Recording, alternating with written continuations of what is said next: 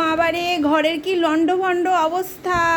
ছেলে বাবা লেগে পড়েছে আর পচা ছেলেটা টিভি দেখতে বসিয়ে দিয়েছে, ও আসলে সমস্যা হয়ে যাবে। এখন হয়েছে স্টোর রুমে সাপ দেখা দিয়েছে। দেখো, দেখা যাবে না, জঙ্গল বানিয়ে থুয়ে দিয়েছে এই ঘরটাকে, এই জন্য এবার সাপ দেখা গিয়েছে। এখন এই সাপ দেখার জন্য এখন এই সব সরাও ঘরের থেকে। এই যে এখন এই কাজ লেগেছে, আমাদের তো কাজের অভাব নেই, আমার নতুন করে কাজ। এখন কত জিনিস এই ঘরের থেকে বেরোবে, খেলার জিনিস ওদের, আর সমস্ত কিছু এই ঘর ফাঁকা করে এখন ঘর পরিষ্কার করে রাখা হবে। তাহলে এই জিনিসগুলো আমরা কোথায় রাখবো একটু বলো তো? এই দেখো ভাইয়ের জামা ছোটবেলায়। ওহো, ওই সব জামা ওই দিয়ে পরিষ্কার করিস।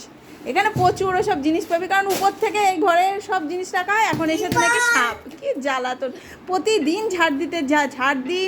বৃহস্পতিবারে এই ঘরে ধুনো দেওয়া হয়, বৃহস্পতিবারেই দেখা গিয়েছে, মানে ধুনোর গন্ধে বেরিয়ে এসেছে। আর তখন থেকে আমাদের আতঙ্ক ঢুকে গেছে কখন ঘর পরিষ্কার হবে। এখন এই নেমে পড়েছে পরিষ্কার করতে। রবিবার ছুটির বার, একদম কাজে লেগে পড়েছে। ভালো করে ঝেড়ে ঝুড়ে সব পরিষ্কার করতে হবে, না হলে আবার দেখা দেবে। আবার তুমি লাফাতে আসলে কেন? টিভি দেখা হয়ে গেছে তোমার তো, উপরে কাজে লাগিয়ে রেখেছিল দেখো। আর আমার বারবার ডাক দেবে, এটা লাগবে, এটা ফেলে দিলাম, কিন্তু রান্না করতে করতে 14 বার আসতে হবে এখানে এই দেখতে। মানে কতবার যে এদের ডাক শুনতে হবে তার ঠিক নেই।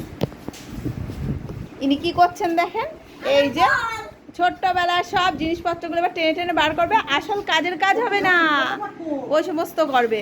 ওর বাবা বলছে ঝটাপট কর, তা হবে না। এই যে পেয়ে গেছে বল, বেলুন। বাবা, কি কখন যে শেষ হবে কাজ, সবে তো এখন কটা বাজে, 11টা বাজে। এমন হয় সারা বিকাল রাত্রিতেও শেষ হবে না কাজ, ভালোই বুঝতে পারছি। আমি ভাই কাজ করতে চলে যাই, এমনি রবিবারের দিন কাজের শেষ নেই, রান্নার শেষ নেই, তার মধ্যে এখানে আমি দাঁড়িয়ে আর থাকবো না। তোমরা কাজ করো, আমি হ্যাঁ টানটারা সাপ দেখলে পালাবে, সে আসল সাপ আর বেরোবে না, তখন সাপ দেখে দৌড় মারবে। যুদ্ধ করো সাপের সাথে ওরকম।